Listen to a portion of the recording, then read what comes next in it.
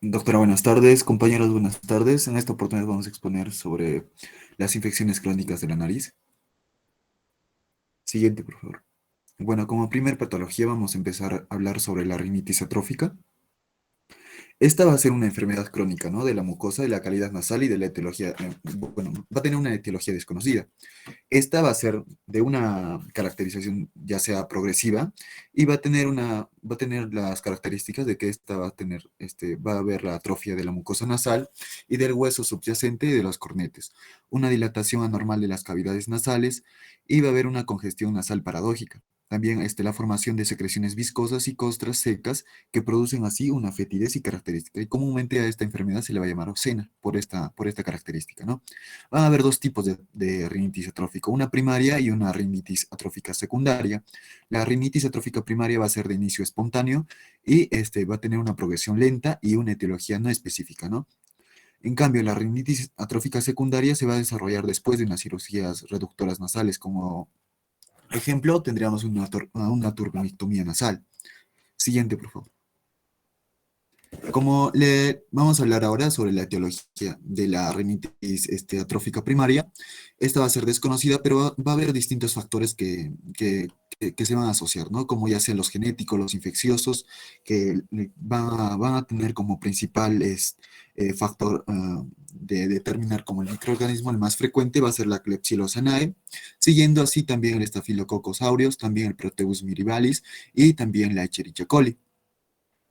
Como otros factores también van a estar presentes el desarrollo nutricionales, autonómicos y también los endocrinos y también los inmunológicos, ¿no? Estos presentes en alergia tipo 1 e inmunidad celular anormal alterada, humoral alterada. Siguiente. Ahora, hablamos ahora de la rinitis atrófica secundaria. Esta va a ser consecuencia a una condición determinada que actúa como factor principal desencadenante, ¿no? Esta va a estar destacado por ser antecedente de una frecuencia de cirugía rinosinusal. Y los factores principales etiológicos de la rinitis atrófica secundaria vamos a tener básicamente la más principal va a ser la cirugía rinosinusal, que va a estar presente de 15%, 71%, presenta ya sea en los rinitis atrófica posterior a una turbinectomía, ¿no? También otro factor va a ser el trauma maxilofacial, los procesos inflamatorios, los trastornos granulomatosos externos y anatómicos. Siguiente.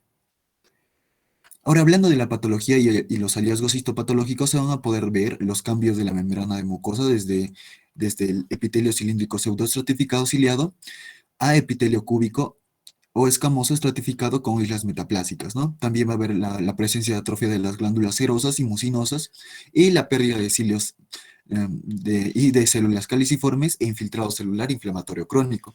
Estas van a producir ya sea una clearance mucociliar defectuoso y va a conducir a una estasis de secreciones y posteriormente se van a secar y van a formar las llamadas, ¿no? Costras nasales.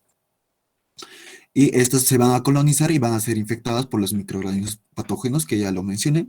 Entonces, aquí vamos a ver en la imagen una anatomía normal en la que va a estar diferenciada. En cambio, en la anatomía con rinitis atrófica va a haber la presencia de secreciones purulentas, de, de costras nasales. Siguiente. Entonces vamos a hablar de la rinitis a larga data, ¿no? Va a haber una deformidad histopatológica de tipo 1 y de tipo 2. Esta deformidad de la nariz va a ser sencilla de montar debido a la resorción de los huesos nasales y del cartílago septal.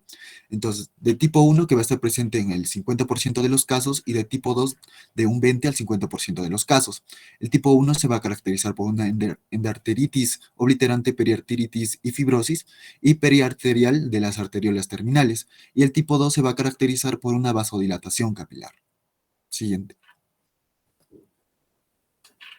Ya, ahora hablaremos sobre las características clínicas, ¿no? Vamos a tener los síntomas que se van a caracterizar por más comunes y por menos comunes. En el caso de los más comunes va a estar presente la obstrucción nasal, las secreciones purulentas, que se le va a llamar la ocena, las costras nasales diarias, la congestión nasal, la sequedad nasal, el mal olor, el dolor y la presión facial y epíxtasis, ¿no?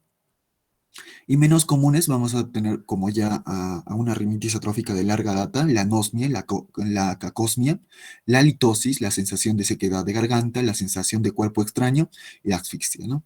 Y como signos, bueno, vamos a tener la anatomía normal de la pared lateral nasal, va a haber una ausencia total y parcial del cornete inferior, una ausencia del cornete inferior. Ya la rinitis atrófica de forma crónica va a haber una perforación del tabique nasal, ¿no? Y esto va a llegar a cabo, o como fin, vamos a tener una deformidad de la nariz en silla de montar. Bueno, también vamos a ver la mucosa nasal opaca, las costras amarillo, verde y marrones, el hedor, la secreción mucopurulenta de los senos maxilares y etmoidales. Marily, ¿puedes proyectar el video? Bueno, en el video se va a poder observar una endoscopía, ¿no? En el cual bueno, primero va a ser la tomografía en el cual se va a ver una desviación de los senos del septum.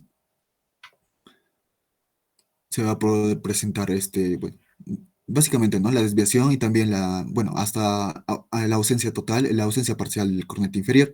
Y en cambio aquí va a haber una endoscopía en la que podamos observar las costras, ¿no? Las secreciones mucopurulentas de los senos, ¿no?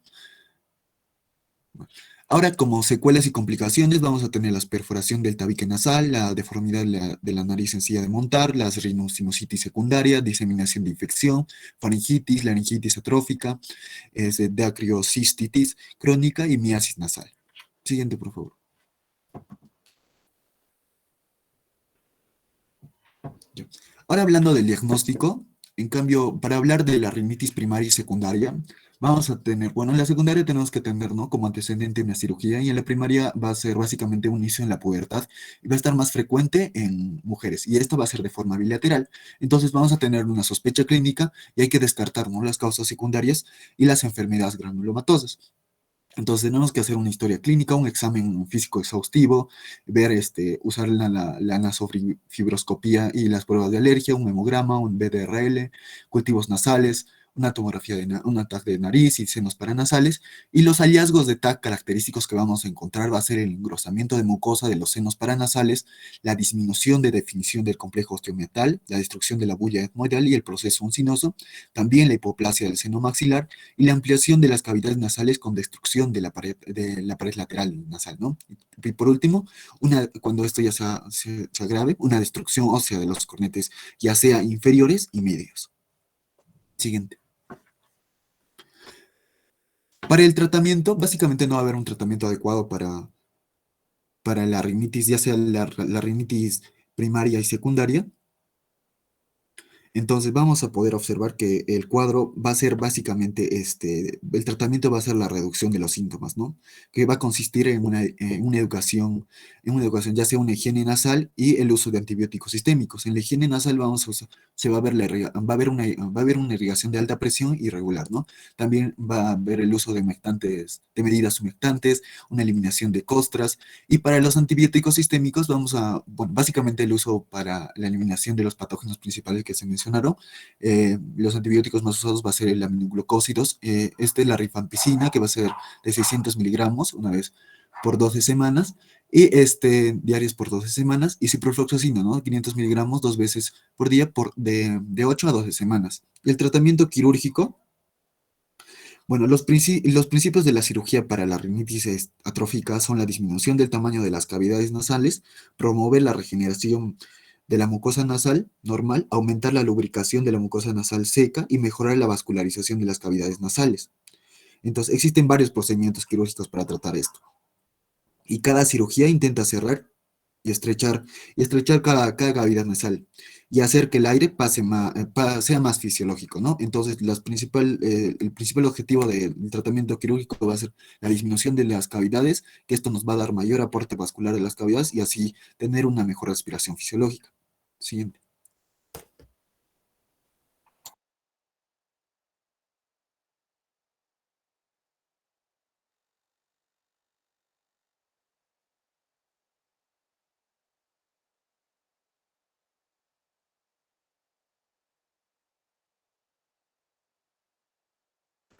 Bueno, continuando con la exposición, vamos a tocar el segundo tema, que es la rindoescleroma. Esta, como sabemos, va a ser una enfermedad inflamatoria crónica granulomatosa que va a afectar principalmente, ¿no?, a la nariz y a otras estructuras del tracto respiratorio, como pueden ser la nasofaringe, la laringe, la tráquea, los bronquios o los senos paranasales, ¿no? Y en casos muy raros pueden englobar, ¿no?, la órbita, o pueden ocasionar exoftalmos o el síndrome del ápice orbitario, ¿no? Como etiología, debemos de recordar que la Klebsiella rhinoscleromatis va a ser el agente principal, ya que va a ser un gran negativo. Dentro de su epidemiología vamos a mencionar que se va a presentar en personas que sean inmunodeprimidas, que tengan desnutrición, que tengan una deficiencia de hierro, personas que no tengan medidas higiénicas y personas que estén en hacinamiento. En cuanto a la frecuencia, es mayormente en mujeres, en una relación de 4 en 1, y va a presentarse en edad de 15 a 40 años, ¿no? Y esta va a ser transmitida por contacto directo o indirecto, ¿no?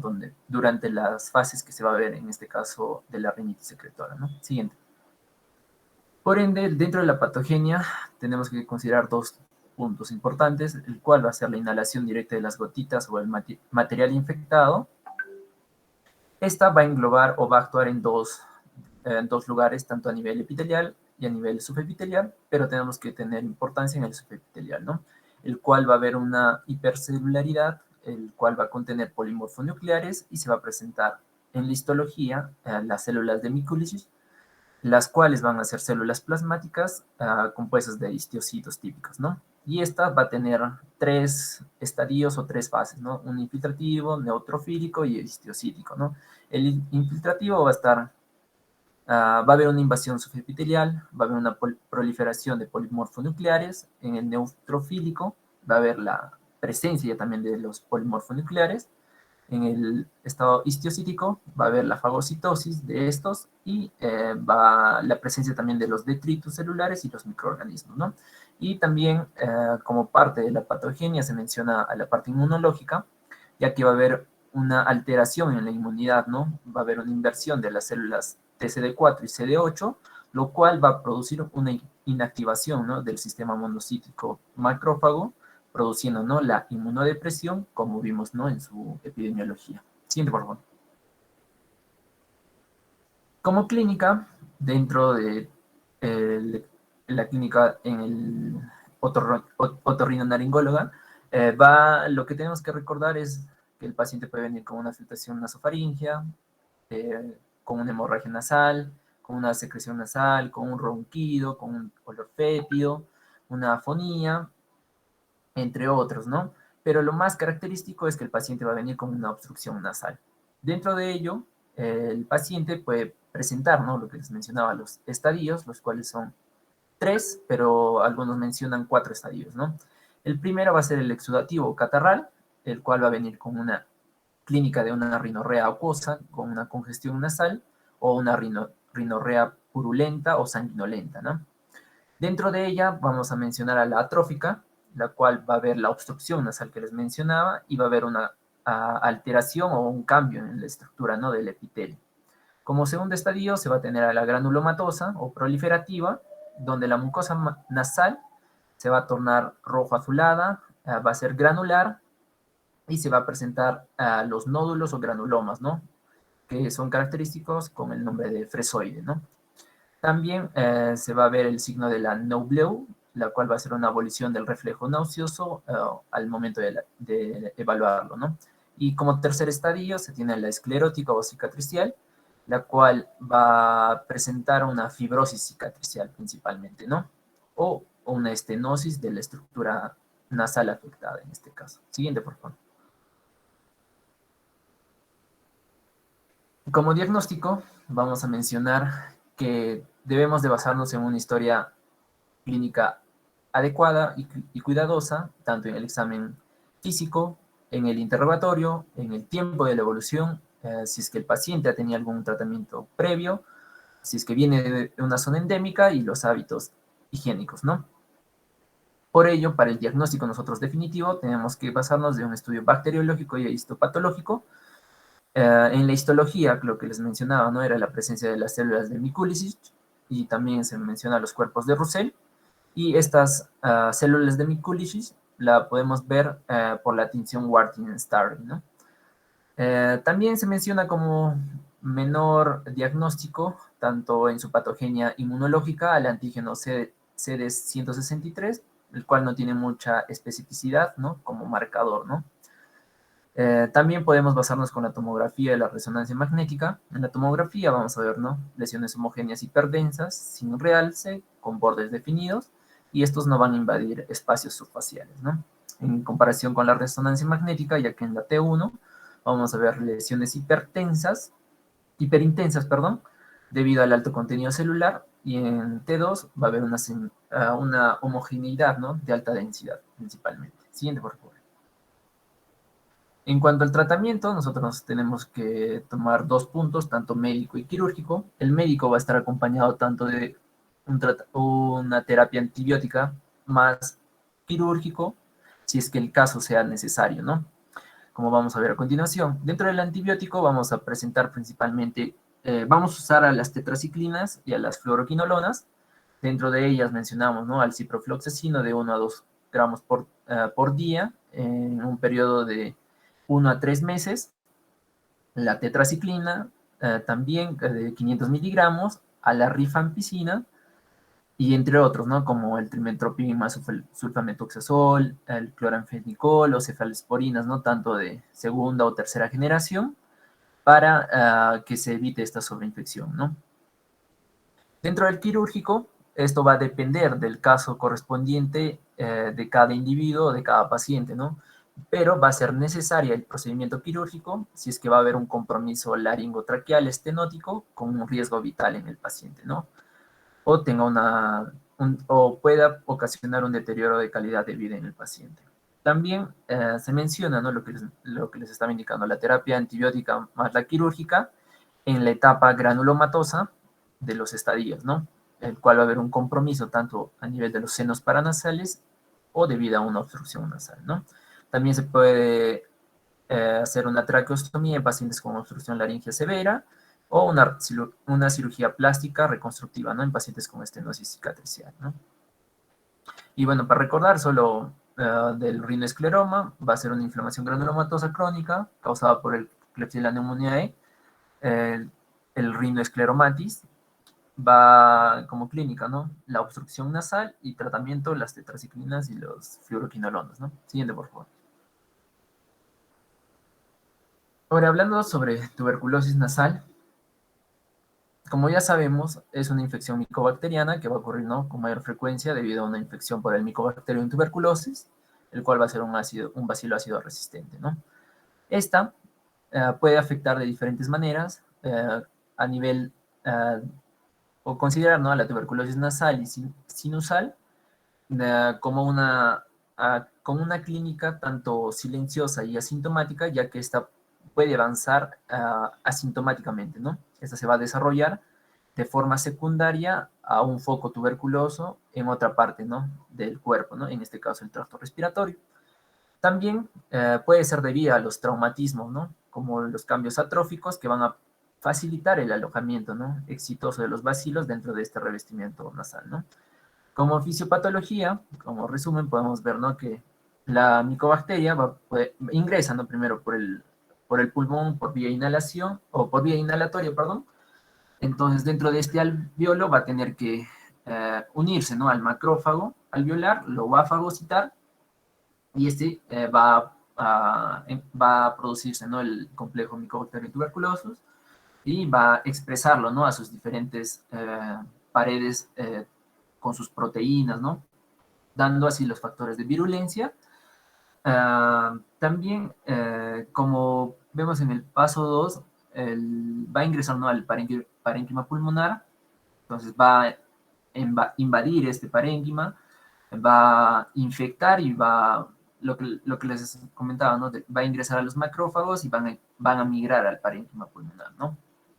Como vemos en el número 3, el granuloma ya también va a ser compuesta o va a contener a esta micobacteria, ya que los macrófagos no van a poder ser eliminados, ¿no? Entonces va a formarse los complejos celulares para poder contenerse esta infección que se está dando, ¿no? Pero a la vez, esto va a involucrar, ¿no? Un,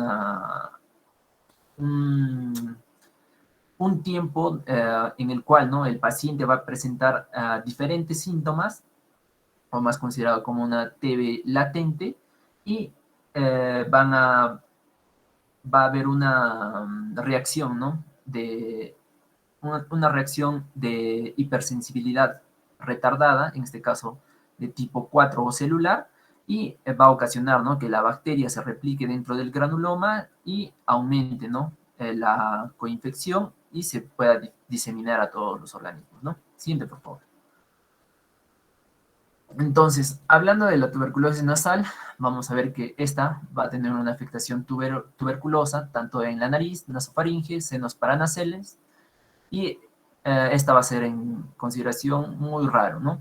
Va a ser silenciosa y asintomática y se va a desarrollar siempre de una forma secundaria, ¿no? Debido a un foco tuberculoso y dentro de sus características o cómo lo podemos observar o cómo se pueden ocasionar, puede ser por un trauma, ¿no? Como estamos mencionando, o un golpe o una inoculación digital traumática, por cambios atróficos en la mucosa, debido a un lupus vulgaris, por ejemplo, la tuberculosis de piel y nariz, que es considerada, y recordar que el epitelio nasal va a permitir, va a ser facilitador de alojamiento, ¿no? De distintos bacilos dentro de ella para el revestimiento nasal, ¿no? Por ello que este epitelio nasal va a estar englobado por tres principales, ¿no? Por tres agentes, por así decirlo, ¿no? Ya que el movimiento ciliar va a permitir que estas células o este micobacterio ingrese, ¿no? Por el epitelio nasal y pase, ¿no? Por las células caliciformes o las células que se encuentran en el nasofaringe, ¿no? Luego va a haber una acción bactericida de las secreciones nasales y va a haber una filtración tanto por el filtrado, ¿no? De estas vibras o los pelitos que tenemos en la nariz, ¿no? En cuanto a la epidemiología, se ve que en los lugares de más presentación clínica va a ser a nivel del septum nasal anterior. Como segundo lugar tenemos a los cornetes nasales inferiores. Y el lugar más común en la pared externa va a ser el piso de la fosa nasal, ¿no? Lo cual va a tener una afectación bilateral en un 23%. Esta tuberculosis nasal se va a presentar principalmente en mujeres en comparación con varones y un promedio de edad de 30 a 45 años, ¿no? O se puede presentar a cualquier edad y va a tener diferentes formas de presentación, tanto ulcerativa, exofítica, granular, infiltrativa o proliferativa, ¿no? Siguiente, por favor. En cuanto a la clínica, el paciente va a venir con una sintomatología inespecífica o tardía, ¿no? Ya que vimos que va a ser asintomática por un periodo largo, ¿no? Entonces el paciente puede venir con una obstrucción nasal acompañado de una rinorrea mucopurulenta, puede haber la erosión de la mucosa, una formación de costras, el cual va a ser un signo de aparición único y también puede presentarse, ¿no? La epistaxis, la cual nos va a indicar o va a ser un signo de aparición temprana, ¿no? También el dolor nasal, el cual va a ser inusual, el lagrimeo nasal por la oclusión, ¿no? Del conducto nasolagrimal, un dolor ocular o una cefalea, ¿no? Si en el caso el paciente presenta una tumoración unilateral, nosotros primero tenemos que ubicar, ¿no? El tabique nasal y observar, ¿no? La ulceración que se va a presentar a nivel superficial, ¿no? Luego, si es que hay una úlcera de crecimiento o una masa tumoral en el cartílago del tabique nasal, bueno, vamos a ver, ¿no? Una perforación en el tabique o entre otras cosas, ¿no? Siguiente, por favor. Como diagnóstico tenemos al aislamiento del BART, el cual va a ser tomado, ¿no? Por el tejido extirpado que se va a tomar por medio de la biopsia. Esta puede ser ayudada por la tinción o el cultivo de la biopsia y nos va a permitir un diagnóstico, ¿no? También podemos usar el PCR o el PPD o otros exámenes auxiliares, ¿no? Como la resonancia magnética o tomografía computarizada de las cavidades nasales, ¿no? O una endoscopía nasal. En cuanto a los granulomas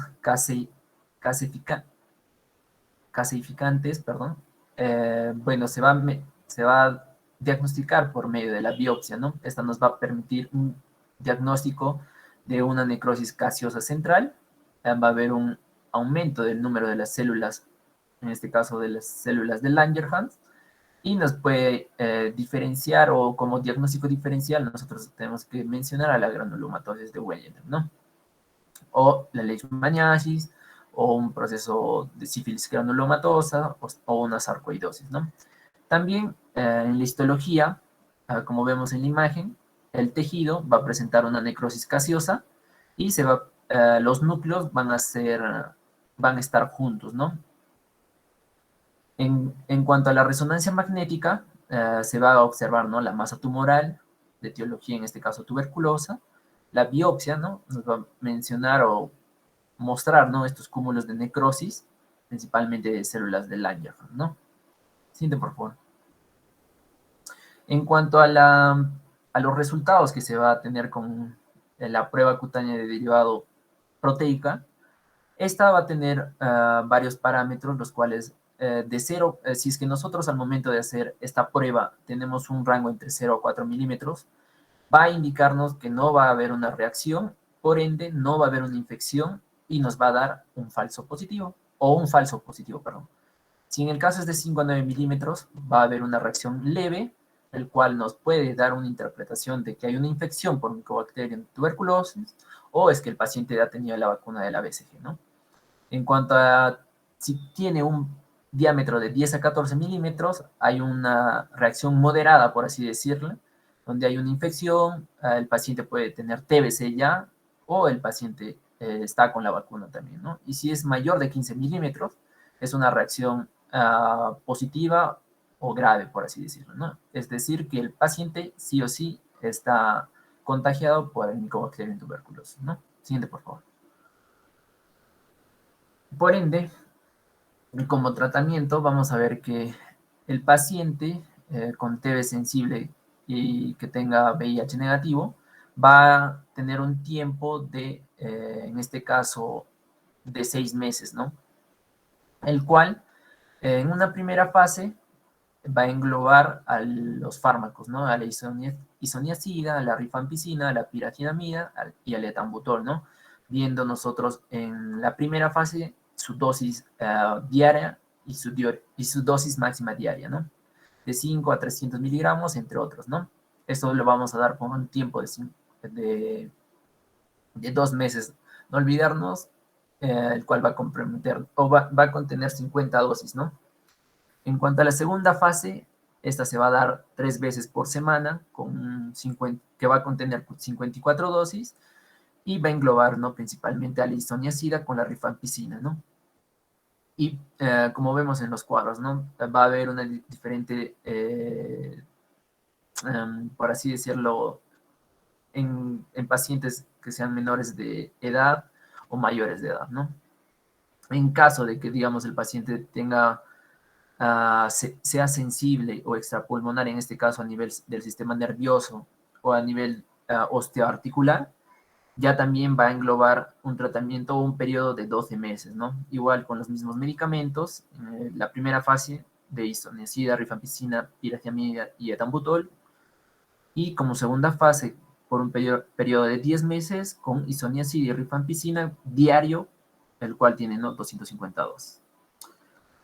Siguiente, por favor. Ya. En cuanto a la lepra. Pues, bueno, ahora vamos a hablar sobre la lepra, ¿no? La lepra va a ser producida por el Mycobacterium leprae, el bacilo de Hansen, que va a ser más frecuentemente en África, Asia, América Central y del Sur, ¿no? La clínica que va a estar presente en esta va a ser una afectación nasal que va a ser más frecuente de forma lepromatosa, con coriza tras implantarse los bacilos en el tabique tras varios años, ¿no? Y la piel de la nariz va a ser infiltrada por lepromas que después se van a ulcerar dando lugar a una necrosis del tabique y una obstrucción de la pirámide nasal, ¿no? Que esta va a tener una característica, ¿no? Esta no va a ser dolorosa. El diagnóstico básicamente va a ser un estudio microbiológico, ¿no? Acá en la imagen podemos ver que va a haber dos tipos de lepra, o sea, dos tipos de lepra que va a ser el tuberculosis y la lepromatosa. En cambio, también va a haber dos grupos de lepra, ¿no? El indeterminado y el diforme. En los tipos de tuberculoide van a ser no transmisibles, no van a presentar nódulos y la baciloscopía va a ser negativo. La lepromatosa va a haber, la baciloscopía va a ser positiva, va a haber una mitsoide negativa y va a presentar manchas. En cambio, en los grupos indeterminados va a ser en un estado inicial, baciloscopía negativa, y en el diformo la mayoría de estas va a evolucionar frecuentemente al lepromatoso. Siguiente. Ya en este cuadro podemos comparar los tipos ya sean los tuberculoides y las lepromatosas, ¿no? En la reacción de Hansen, en la parte de tuberculoide, el Hansen tipo 1 va a presentar lesiones preexistentes, ¿no? Y el Hansen tipo 2, que van a ser nódulos en otros sitios acompañados de fiebre, y va a haber una hipersensibilidad de tipo 3, ¿no? Y en la respuesta inmune va a ser buena y no va a tener un buen contagio. Y en la lepromatosa va a ser una respuesta inmune mala y va a tener un alto contagio, ¿no? Y para el diagnóstico va a haber una reacción Mitsuda positiva en el tuberculoide y una reacción Mitsuda negativa en el lepromatoso. En cambio, la baciloscopía va a ser negativa en la tuberculoide y la baciloscopía va a ser frecuentemente positiva en la lepromatosa. Y para la biopsia se va a encontrar granulomas con células de Virchow. Estos van a ser histocitos espumosos, estas las cuales van a contener múltiples bacilos. Parcialmente, estas van a ser ácido alcohol resistentes que se van a teñir, ¿no? Con la tinción de Fitte. Y la clínica de la tuberculoide van a ser máculas hipocrómicas bien definidas y una distesia precoz, ¿no? Una pérdida de la sensibilidad. Y en la lepromatosa va a haber una leproma que va a ser una lesión típica, que va a ser la capa infiltrada, mal definida en cara y zonas distales y de las extremidades, y una dístesis tardía, ¿no? Una pérdida de sensibilidad tardía, ¿no? Y para el tratamiento, la primera va a ser una dapsona más rifampicina por 6 a 12 meses, y en la lepromatosa, va a ser la zona más rifampicina más clofazimina por 1 a 2 años.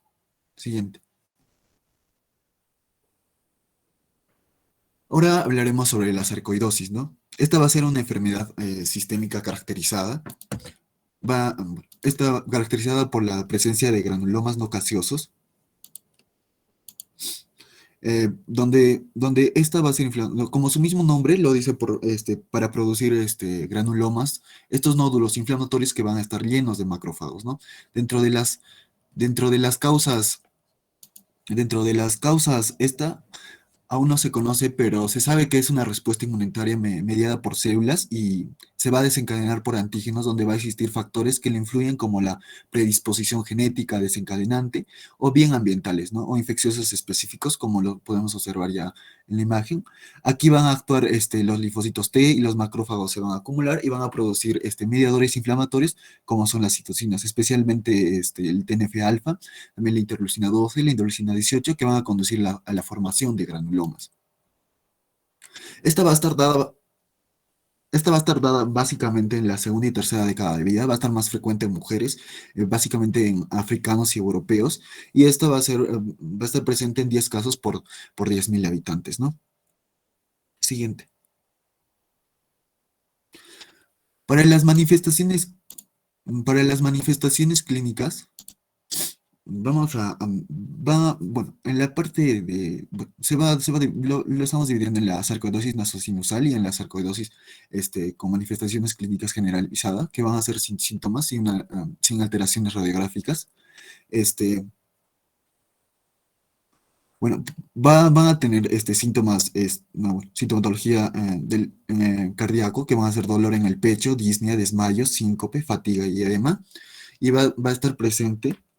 Va a estar presente también la tos seca, el disnea, el dolor en el pecho, las sibilancias, y en la piel va a estar presente también el lupus, el pernio, eritema nodoso, y también en las articulaciones va a haber un dolor, una inflamación, y en los ojos una visión borrosa, un dolor ocular, ardor, picazón, sequedad y sensibilidad a la luz, ¿no? Y para la sarcoidosis nasosinusal, va a tener una afectación básicamente de los senos paranasales de 1 a 4% de los casos de la sarcoidosis. Y va a ser la más afectada, que va a ser la mucosa, pero puede afectar inclusivemente hasta el hueso de la nariz y los senos paranasales.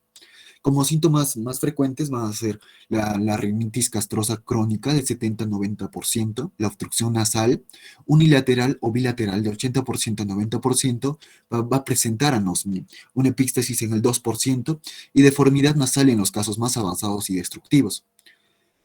En las imágenes se puede observar, en las imágenes se puede ver la presencia de manchas hipertróficas y una coloración violácea, ¿no? En la mucosa nasal, con granulaciones en el tabique y cornetes inferiores. Existe también reportes donde se apreciaron la presencia de edema e inflamación de la mucosa, con la formación de costras y sangrado, ¿no? Con cornetes hipertróficos y también un engrosamiento del tabique nasal por la presencia de nódulos submucosos de color amarillo y además con unas deformidades ya sea del dorso de la nariz, ¿no? Siguiente. Ahora para el diagnóstico el punto más importante va a ser va a ser la exclusión, ¿no? La exclusión de los trastornos granulomatosos. Ahora, para los hallazgos radiológicos vamos a tener que, bueno, se tiene que ver las adenopatías ciliares bilaterales de forma bilateral. En los estadios avanzados se disemina y provoca inclusive hasta fibrosis, ¿no? Ahora, para la patología, vamos a ver ya las mencionadas granulomas no necrotizantes. Y para hablar de la exclusión de otros trastornos granulomatosos, vamos a tener como diagnóstico diferencial la tuberculosis, el lepra, la sífilis, que se van a hablar en esta exposición, también el histoplasmosis y así, ¿no? Para el tratamiento, bueno, del tratamiento del 60 al 70% va a haber una remisión espontánea, del 1 al 5% va a ser una mortalidad de complicaciones cardiológicas, ya sean neurológicas también, ¿no? El uso básicamente va a ser de corticosteroides de primera línea, como la prednisona, y el FAME, que se puede usar como tratamiento el metrotrexate, la hidroxicloroquina, la azatioprima, y anti-TNF como tercera línea, ¿no? Siguiente. Para el tratamiento de sarcoidosis sinusal, perdón, de primer nivel, va a ser la enfermedad leve y reversible sin afectación de los senos paranasales. Como segunda etapa, la enfermedad moderada, potencialmente reversible sin afectación de los senos paranasales. Y en etapa 3, la enfermedad moderada, potencialmente reversible con afectación de los senos paranasales. Esta va a ser la estadificación de Krebs para sarcoidosis nasosinusal. Hablamos ahora del tratamiento quirúrgico. Eh, Para el tratamiento quirúrgico, cuando el tratamiento médico va a fallar y cuando se desarrolla un bloqueo anatómico de las vías de drenaje de los senos paranasales con lesiones de sarcoidosis, se puede usar básicamente la cirugía endoscópica de los senos paranasales. Esta va a mejorar básicamente la calidad de vida y reducir la necesidad de esteroides sistémicos, ¿no? Que estas podrían, pero no erradican ni la enfermedad ni evitar la recurrencia. Ya. Eh, Básicamente la cirugía para la sarcoidosis va a tratar de una cirugía láser de CO2, que suele ser la alternativa moderna donde hay reconstrucción nasal parcial con un colgajo frontal, ¿no? Siguiente. Ya, bueno, ahora vamos a continuar con lo que es la presentación de lo que es la sífilis, ¿no? Y bueno, vamos a hablar ahora de lo que es la sífilis y una de las partes que viene a ser la sífilis laringea. Vamos a ver que esta afección laringea puede ser ya sea de una etiología adquirida o congénita. En lo que corresponde a la adquirida, esta van a aparecer de 4 a 6 semanas después de la infección primaria, ¿no?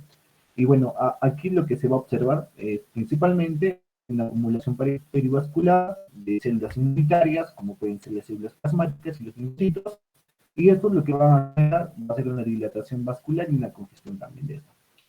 Ahora, en lo que corresponde a lo que es la sífilis de etiología congénita, se va a dar dentro del útero, ¿no? Ahora, en la sífilis, lo que vamos a encontrar es una infiltración tipo gomoso, nodular, difuso en lo que es el tejido laríngeo, ¿no? Y bueno, eso netamente. Ahora, Cuando vamos a ver en la microscopía a este tipo de patología, lo que se va a encontrar es una hiperplasia que se va a confundir con un carcinoma. Es por eso que siempre se tiene que realizar una biopsia, porque es muy confuso. Lo que se va a encontrar también son los nódulos subepiteliales, se pueden ulcerar y estas úlceras pueden generar lesiones que pueden ser profundas, necróticas, que van a generar unas lesiones más grandes y también otro tipo de que son las gomas sanitarias, ¿no? Para el diagnóstico de lo que es la sífilis laringea, vamos a utilizar diferentes tipos de pruebas, ¿no? Como son las pruebas serológicas, como es la BDRL, también las pruebas de absorción de anticuerpos treponémicos. También podemos utilizar lo que es la laringoscopía directa y a través de esto vamos a realizar lo que son las biopsias y como ya les había mencionado, estas biopsias van a pasar en la microscopía y se va a realizar o se va a descartar un carcinoma, ¿no? Ahora, el tratamiento para la sífilis en general vamos a utilizar lo que es la penicilina benzatínica, 1.2 millones de unidades por vía intramuscular, cada día por 30 días. Siguiente, por favor. Ahora, en lo que corresponde a la sífilis nasal, que es otra forma de la afectación de la sífilis, ¿no? Vamos a tener la sífilis o las que se van a conocer como lesiones primarias, lesiones secundarias y lesiones terciarias. Estas van a diferenciar netamente por el grado de afectación del tejido nasal y por la duración en tiempo, ¿no? En lo que corresponde a las lesiones primarias, estas van a durar entre 6 a 8 semanas y se van a identificar en la región del ala de la nariz, ¿no? O del tabique cartilaginoso con el membranoso o en el vómer, ¿no? Y bueno, las lesiones pueden ser impetiginosas, ulceradas, que pueden parecer neoplásicas o difusas. Ahora, en lo que viene a ser el sífilis, con lesiones secundarias, estas van a aparecer entre el segundo mes y el segundo año después de la contaminación, ¿no? Y acá lo que vamos a ver se puede manifestar en forma de una rinitis sifilítica, con rinorrea continua de aspecto que es así mucopurulento y también esto va a generar lo que es una estenosis nasal secundaria a eso. También vamos a ver que el paciente habitualmente va a venir con una fiebre, que va a consultar por una rinitis mucosa unilateral persistente, que puede estar acompañado de un exantema generalizado, consistente, en una erupción de manchas eritematosas, redondas y de color pálido. Ahora, las alteraciones de esta forma de la sífilis aparecen en la nariz y garganta como ligeras alteraciones que son eritematosas, y durante la sífilis secundaria suele haber una poliadenopatía cervical posterior también, y esta, bueno, se trata de unos ganglios pequeños que van a ser duros, móviles, indoloros, ¿no? En lo que corresponde a la sífilis terciaria, esta separada, o sea, se va a caracterizar por una evolución mutilante de lo que son las lesiones, ¿no? Ahora, vamos a ver que se puede presentar lo que es el goma y el sifiloma, vienen a ser las consecuencias habituales y las más típicas, ¿no? Y bueno, estas lesiones de la sífilis también agrupa lesiones localizadas, que vienen a ser profundas y estas van a ser más destructivas todavía. Vamos a ver que el goma viene a ser una tumefacción ovalada de color rojo intenso, recubierta por una mucosa regular, indurada e indolora. Ahora, en lo que corresponde al sífilis, a esta patología, cuando hay una destrucción de todo el tejido cartilaginoso, lo que vamos a encontrar es una manifestación, ¿no? Que es en la nariz, como lo que se conoce, la nariz sencilla de montar, ¿no? Siguiente, por favor. Ya. Bueno, ahora, en este cuadro, se resume en sí todo lo que es esta patología, ¿no? En sífilis.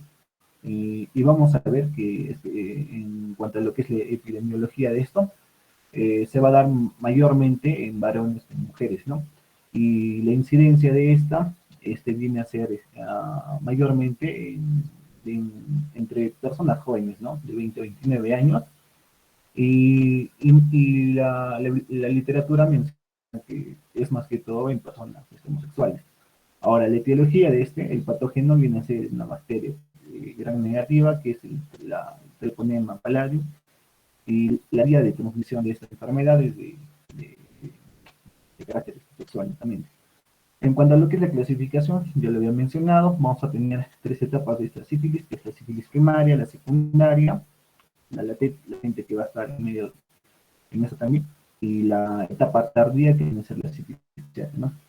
El corresponde al diagnóstico en general de sífilis, esta se va a dar, vamos a ver una detección directa a través de lo que es el PCR, la microscopía y la tecnología también. Como es a través de penicilina G, uno muscular todos los días por 30 días, ¿no?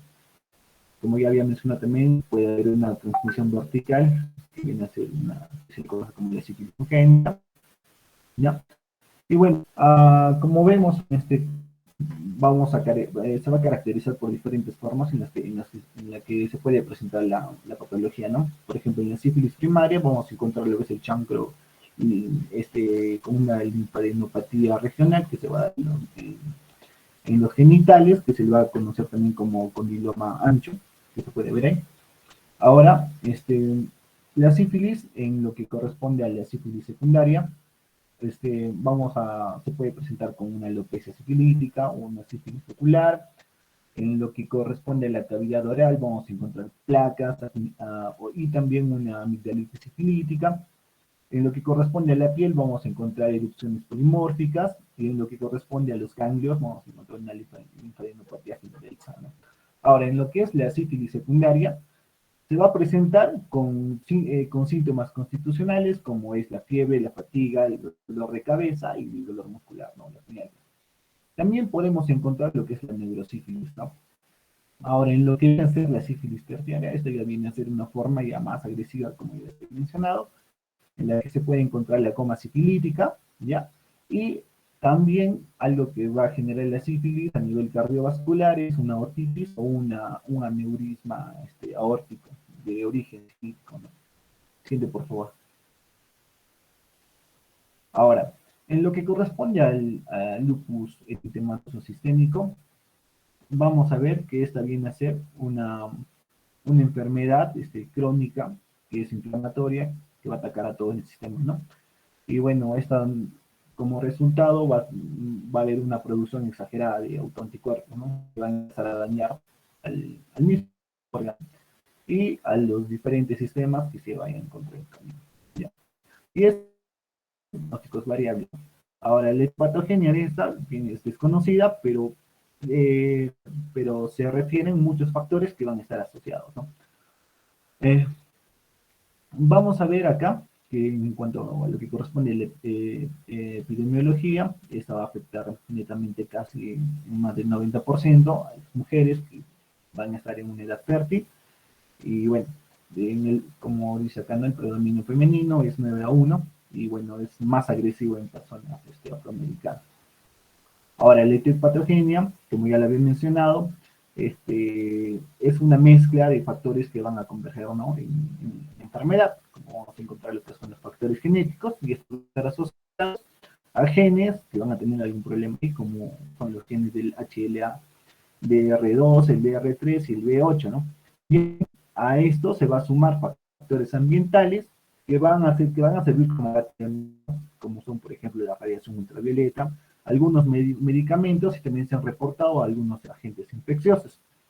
También dentro de la etiopatogenia se ha relacionado al lupus eritematoso como con factores hormonales, en el cual se puede encontrar una disminución de la supresión por parte de los linfocitos que son los supresores, ¿ya? Y va a haber, producto de esto, una cantidad desmesurada de lo que son los anticuerpos, que van a empezar a lesionar, ¿no? al mismo sistema.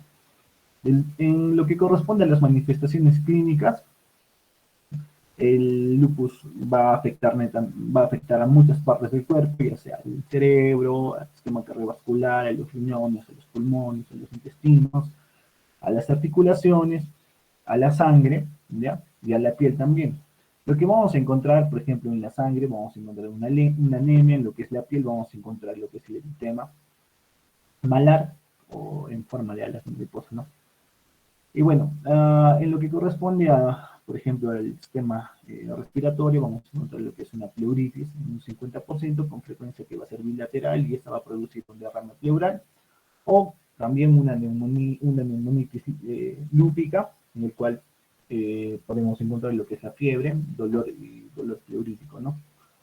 Ahora, vamos a encontrar también en lo que son las mejillas, vamos a encontrar, se va a encontrar lo que es el dorso y la nariz se va a respetar en lo que es el lupus, ¿no? En un porcentaje, vamos a encontrar que en un gran porcentaje se va a encontrar en un 70% lo que es la anemia, en un 60% una leucopenia y de un 15 a 25% una trombocitopenia. Siguiente, por favor. Ahora, en lo que corresponde a las manifestaciones clínicas netamente otorrinolaringológicas, vamos a encontrar lo que es el eritema malar, úlceras bucales o nasofaringeas, vamos a encontrar también lo que es la afectación de los pares craneales, 5, 7 y 10, ya. Vamos a encontrar lo que es la sordera de percepción, laringitis crónica con nódulos de bambús en lo que son las cuerdas vocales. También se puede encontrar lo que es el edema laringio o las telangiectasias en lo que es la superficie nasal. También se pueden se puede manifestar con algún tipo de rinorrea. Ahora, en lo que son las úlceras aptosas, van a ser inespecíficas, pero van a ser dolorosas con múltiples lesiones en lo que son la mucosa oral, el labio y el tabique. Y estas van a remitir cuando se empieza a remitir lo que es la enfermedad. En los hallazgos histopatológicos de lupus, podemos encontrar lo que es la atrofia epidérmica y granulomas de células epiteloides compuestos por células gigantes de tipo Langerhans, células epiteloides, linfocitos junto con un filtro inflamatorio intenso. Para el diagnóstico de lo que es el lupus, se va a hacer a través de lo que son los autoanticuerpos, ¿no? Que van a empezar que son los que van a dañar al organismo. Dentro de estos autoanticuerpos vamos a encontrar los anticuerpos antinucleares que se van a presentar en un 98% de los pacientes, pero no son específicos. También podemos encontrar lo que son los anticuerpos anti-Smith, más específicos, pero son poco frecuentes. Vamos a encontrar también los anticuerpos anti-ADN, que se correlacionan con la actividad de la nefritis y son muy específicos. También vamos a encontrar autoanticuerpos anti-RO y el anti-LA, y estas se asocian mayormente en mujeres gestantes, ¿no? Y que van a tener mayor riesgo de lupus neonatal. También se ha relacionado con los anticuerpos antifosfolípido que se asocian a mayor prevalencia de trombos capilares. Siguiente, por favor. Ahora, el tratamiento para el lupus va a tener un abordaje multidisciplinario, ¿no? En el que tienen que abordar diferentes especialidades. ¿Ya? Y uno de los abordajes que más se recomienda es evitar lo que son los desencadenantes, ¿no? Como son los fármacos o también exposición a la luz solar, ¿no? O el calor también. Y para esto lo que se recomienda es la fotoprotección. Ahora, en lo que son las úlceras nasales, para esto lo que se recomienda son tabletas de esteroides, como puede ser la prednisona, y también antipalúdicos, como un ejemplo es la hidroxicloroquina. Y estos lo que van a generar es una disminución de la gravedad de los brotes de la mucositis. Ahora, también se puede o se utiliza en el lupus otro tipo de fármacos, ¿no? Como son los AINES, que nos van a ayudar a las manifestaciones articulares y la sinusitis, ¿no? También vamos a utilizar lo que son los antipalúdicos, como la cloroquina y la hidroxicloroquina, que se va a indicar mayormente para el lupus cutáneo. Ahora, como ya les había mencionado, los glucocorticoides, que esta se recomienda cuando hay una afectación articular, ¿no? Que esta no se tiene que reemplazar por los AINES, ojo, ni por los antipalúdicos. Ahora, en cuanto a lo que son los inmunodepresores, vamos a utilizar una serie de medicamentos como son la ciclofosfamida, la satropina, el metotrexato, el micofenolato de mofirel. ¿Ya? Y estas mayormente se utilizan para lo que son las nefropatías y otras manifestaciones de lupus, ¿no? Siguiente, por favor. Ahora vamos a hablar de lo que es una parasitosis que viene a ser la leishmania, ¿no? Y bueno, como bien sabemos que la leishmania viene a ser, en cuanto a su etiología, vamos a encontrar a los promastigotes de leishmania y esto se transmite por la picadura de insectos, como son los Pleurotomus y de la Lutzomnia, o que se conocen como mosca de arena, y estos son los que van a contagiar a sus huéspedes, a los huéspedes vertebrados, ¿no? En lo que corresponde a la epidemiología, la incidencia viene a ser mayor en el sexo masculino, y bueno, esta es una enfermedad que va a afectar mayormente a las poblaciones más pobres, ¿no? Y, y a las personas que están involucradas en lo que es la despoblación de la selva también. Ahora, en el 90% de los casos vamos a encontrar el tipo de leishmania mucocutánea, que va a ocurrir en lo que es Bolivia, Brasil y Perú. En el caso de Perú, las zonas con mayor o prevalencia de esta enfermedad van a ser las zonas tropicales, en específico lo que es Madre de Dios. Ahora, la leishmania viene a ser estas enfermedades se caracterizan por comprometer ya sea la piel, las mucosas y vísceras, según la especie del agente etiológico que tengamos, ¿no? Ahora vamos a tener 4 tipos, que son la leishmania cutánea, que va a tener una prevalencia del 85 al 90%, la leishmania mucocutánea, que es del 10 al 15%, y bueno, posteriormente, o después de eso vamos a tener lo que es la leishmania cutánea difusa o la de leishmaniasis visceral. Siguiente, por favor.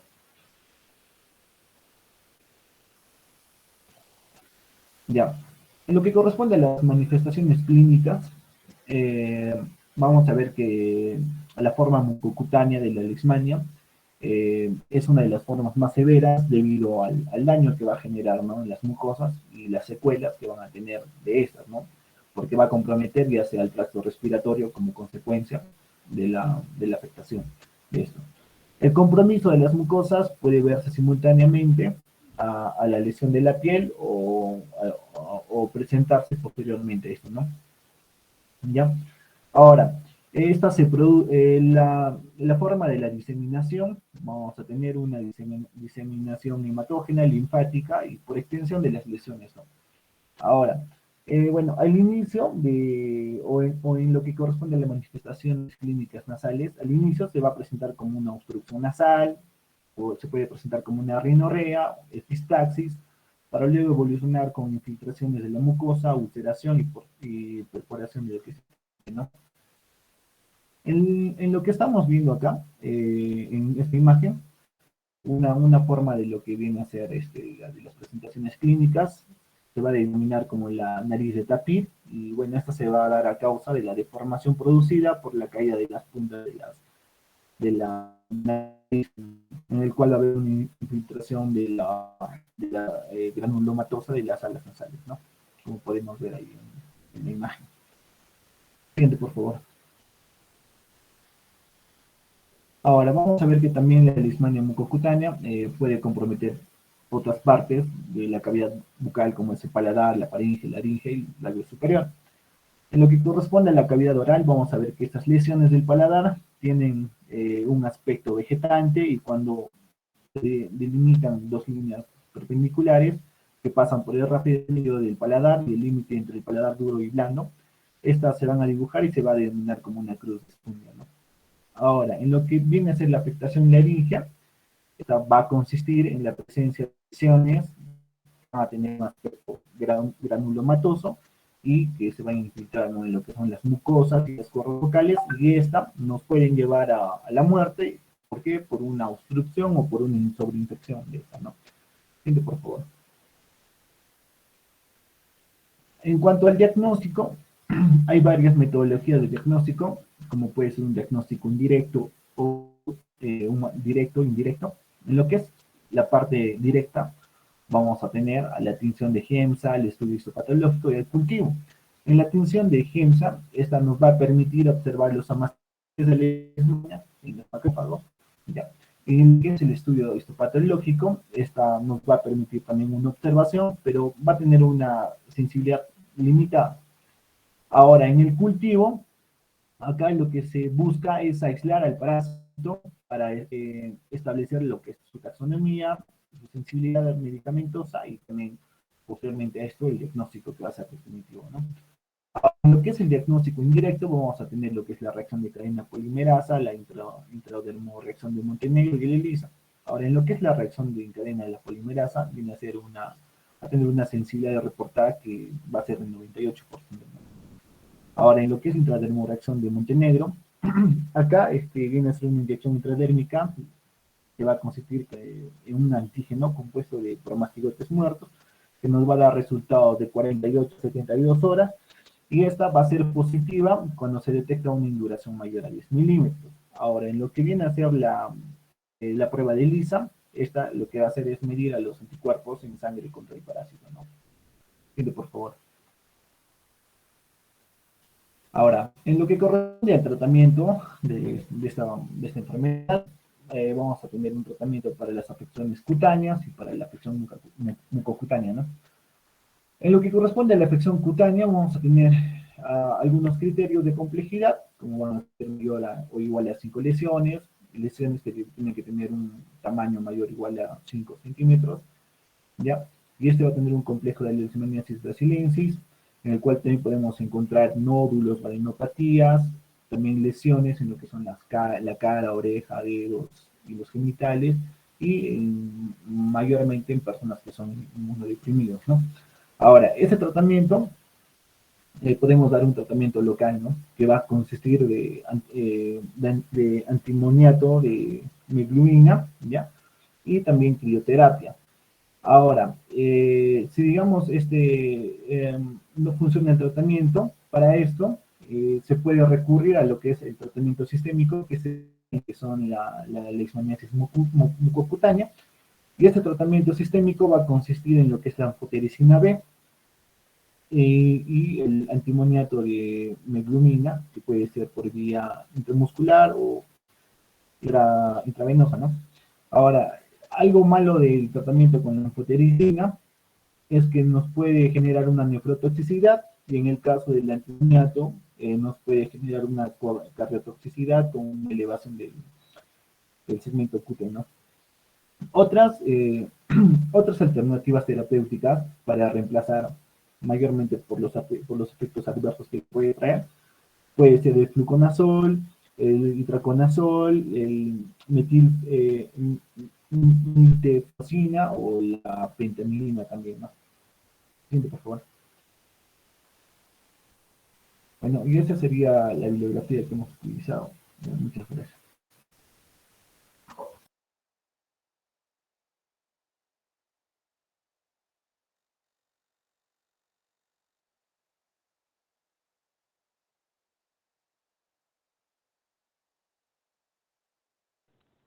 Listo, jóvenes.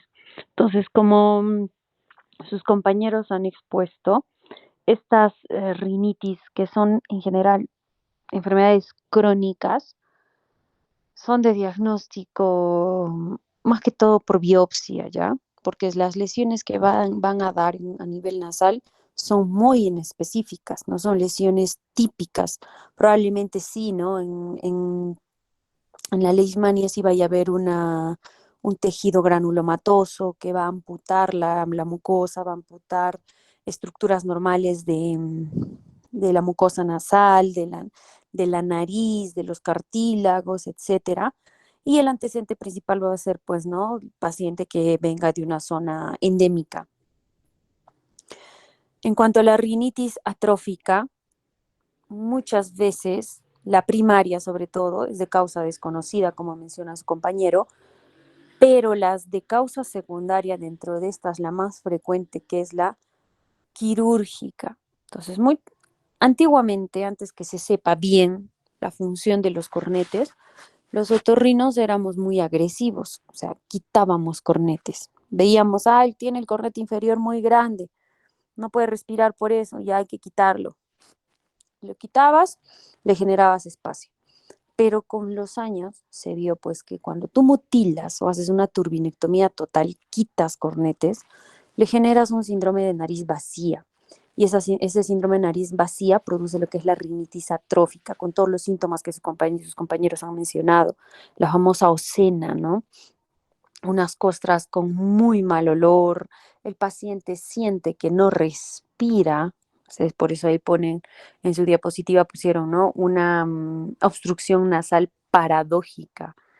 En realidad, si tú ves esa nariz, está permeable, porque le han quitado cornetes, el septum probablemente esté intacto, pero el paciente no respira. Él te va a decir, pues yo no respiro por la nariz, no porque no hay obstrucción, una obstrucción mecánica, sino que la falta de cornetes da la sensación a ese paciente de que el aire no ingresa a la nariz, porque esa sensación que nosotros tenemos de que el aire ingresa por nuestra nariz se produce cuando los cornetes cambian ese flujo laminar a flujo turbulento, y ese flujo turbulento choca con las paredes de todas las fosas nasales, y eso es lo que me da la sensación de que yo estoy respirando por la nariz. En una rinitis atrófica, yo secundaria, al mutilar estos cornetes, se pierde eso. Entonces el paciente va a sentir que no respira en realidad. Y la primaria, pues, es de causa sumamente desconocida. Unos hablan de factores genéticos, otros de infecciosos, inmunológicos, etcétera. En cuanto a las demás patologías que han mencionado, lo que es sarcoidosis, lupus, sífilis, leishmania, TB, lepra, etcétera, básicamente el diagnóstico es biopsia, porque las lesiones que me producen son tan inespecíficas. Yo puedo tener una úlcera, una herida nasal, que puede ser TB, puede ser lepra, puede ser leishmania, puede ser sarcoidosis. Entonces, quien me va a ayudar a definir frente a qué patología yo estoy será pues mi biopsia. En ese paciente siempre pediré biopsia nasal. Hago una biopsia y la biopsia me va a marcar, efectivamente, es TB, no, es sífilis, no, es leishmania, das tratamiento, o es sarcoidosis, bueno, el tratamiento que ha mencionado su compañero, el tratamiento médico, ¿no? O es lupus, perfecto. Entonces, son patologías muy, muy inespecíficas. Les dije a sus compañeros, a los que expusieron, que tomen más importancia a lo que es rinitis atrófica, leishmania y TB nasal. Las demás, como la sarcoidosis, el lupus, la verdad es de presentación sumamente rara. Sí hay que conocerlo, hay que saberlo, pero, o sea, me interesa más que sepan leishmania, ¿no? Porque leishmania es endémico. Pacientes de Quillabamba, Puerto Maldonado, un montón vienen con una leishmania mucocutánea a nivel nasal, orofaringe, hipofaringe. Entonces, yo tengo que pensar en un paciente que viene con costras, heridas en la nariz va alterándose en su morfología y todo, y me viene de Puerto Maldonado o de Quillabamba, tengo que sospechar primero en leishmania. También tendré que sospechar en TB, que son las dos patologías endémicas para nosotros. Sarcoidosis difícil, lupus difícil, y no. Entonces, bien por la clase, chicos, yo no he podido entrar puntualmente porque estaba operando, apenas he salido, me he conectado y he estado atenta a sus exposiciones. Se les va a tomar un test de estas clases, de las clases que han hecho, de esta exposición que ha hecho este grupo de sus compañeros, al igual como de emergencias rinológicas, que ha sido recontra fácil el examen, de verdad. Entonces ha sido específicamente lo que sus compañeros han expuesto. 5 preguntas para marcar. igual. Entonces, de esta exposición, igual la próxima clase entra un test, ¿ya? ¿Alguna duda, pregunta?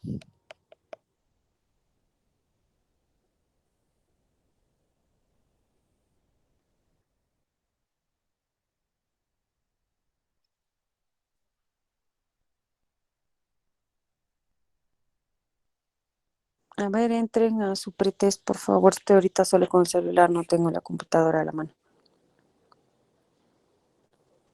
¿Tienen? O lo vamos a No, discutir no, la doctora. próxima clase, ¿ya? Ya, En la doctora. próxima clase que yo la doy, voy a entrar al test y se va a discutir todas las dudas que tengan. Y nada más, listo. Entonces nos vemos el próximo jueves. El próximo jueves la clase la doy yo. Los primeros 5 minutos va a ser de su test de estas clases. Luego expongo yo y finalmente ahí resolvemos el test de urgencias rinológicas. ¿Sí?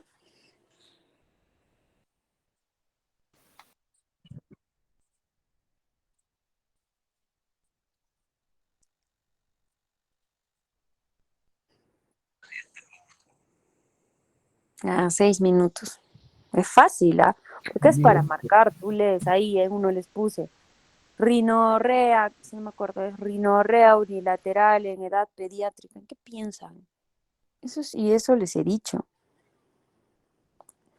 Bueno, mi grupo de prácticas es recalcado y recalcado y recalcado. El grupo que ha expuesto urgencias rinológicas también lo ha expuesto. Entonces ahí era cuerpo extraño, pues, ¿no? O no, o han marcado otra cosa, alguno de ustedes.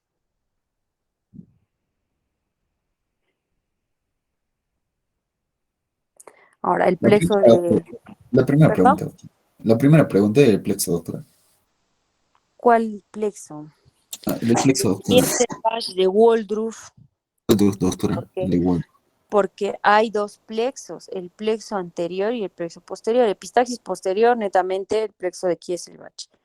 Y el plexo de Woldruff es el que origina epistaxis posterior, la unión de la etmoidal posterior, que es rama del oftálmica. ¿Qué duda hay eso? Pero bueno, vamos a resolver esas dudas con la clase en sí, la anatomía y todo el día jueves, ¿ya? Porque ahorita la verdad no tengo a la mano ninguna de las preguntas. Doctora, ¿ahí pueden ser 10 minutos? No, mucho, para 5 preguntas no te pasa. Sí, doctora, Ya, 8. dos, No, no, no, no. ¿Para qué? ¿Para que entren a su celular y estén leyendo ese ratito y marquen? Nah, el que lee o Ya, el que está 7. atento va a marcar rápido. 7, doctora, es muy poco No, tiempo.